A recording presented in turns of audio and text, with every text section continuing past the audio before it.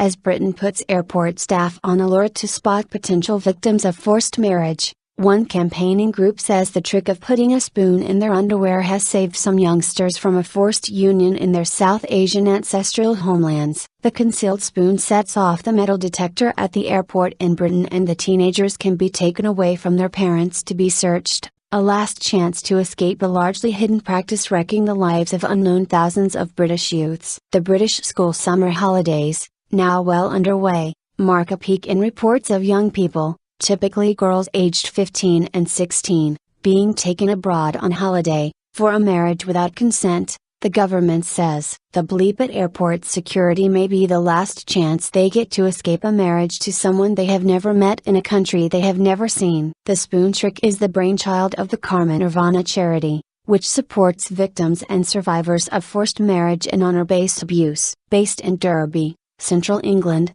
it fields 6,500 calls per year from around Britain, but has almost reached that point so far in 2013 as awareness of the issue grows. When petrified youngsters ring, if they don't know exactly when it may happen or if it's going to happen, we advise them to put a spoon in their underwear, said Natasha Ratu, Karma Nirvana's operations manager. When they go through security, it will highlight this object in a private area and, if 16 or over, they will be taken to a safe space where they have that one last opportunity to disclose they're being forced to marry, she told AFP. We've had people ring and that it's helped them and got them out of a dangerous situation. It's an incredibly difficult thing to do with your family around you, but they won't be aware you have done it. It's a safe way. The charity is working with airports, so far London Heathrow, Liverpool and Glasgow, with Birmingham to come, to spot potential signs, such as one-way tickets, the time of year,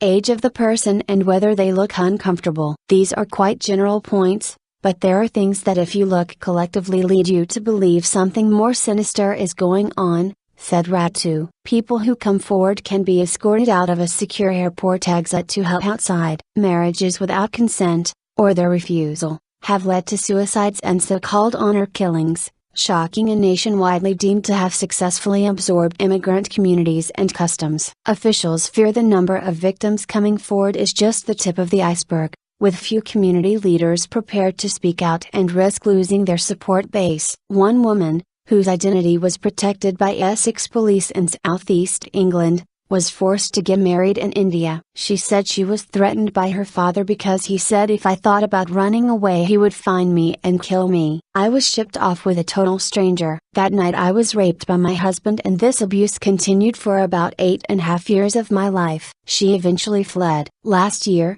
the Foreign Office's Forced Marriage Unit dealt with some 1,500 cases, 18% of them men. A third of cases involved children aged under 17. The oldest victim was aged 71, the youngest just 2. The cases related to 60 countries, almost half were linked to Pakistan, 11% to Bangladesh, 8% to India, and 2% to Afghanistan. Other countries were Somalia, Turkey and Iraq. Calls to Karma Nirvana tend to spike before the British school summer holidays and again at the end, said Ratu. The holidays are a really good time for young people to go missing because there is nobody accounting for where they are at school, she said. Since Ramadan ended last week, calls have risen again, including one from an 18-year-old who has fallen pregnant and her family is trying to force her into marriage to conceal it. Burdened by South Asian codes of Zat, or family honor, youngsters can be under extreme physical and emotional duress to marry relatives in a culture and country they were not brought up in. If they refuse,